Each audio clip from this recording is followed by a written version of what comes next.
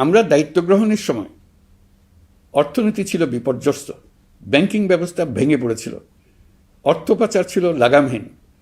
আমরা রাজস্ব ব্যবস্থাপনা, করনীতি, মুদ্রা ব্যবস্থাপনা, আর্থিক খাতে কাঠামোগত সংস্কার এনেছি। তলাবিহীন অর্থনীতি আমাদের জন্য রেখে গিয়েছিল আগের ফেসিবাদী সরকার। কেন্দ্রীয় ব্যাংক বাণিজ্য ব্যাংককে ফতুর করে দিয়ে গেছে, $234 বিলিয়ন পাচার করে নিয়ে গেছে, বিশাল ঋণের বোঝা রেখে গেছে। এইসব আমাদের জানা কথা। আমরা যারা এই অর্থনীতি আবার চালু করার দায়িত্ব পেয়েছিলাম, তারা দিশা খুঁজে পাচ্ছিলাম না। এখন যাবার সময় স্বস্তি পাচ্ছি যে আমরা অবস্থার মোকাবেলা করতে পেরেছি এবং নতুন অর্থনীতির বুনিয়াদ রচনা করে রেখে যেতে পারছি। এখন আর পাওনাদাররা আমাদের তাড়া করতে আসবে না। আন্তর্জাতিক লেনদেনে আমরা চোখে অন্ধকার দেখব না।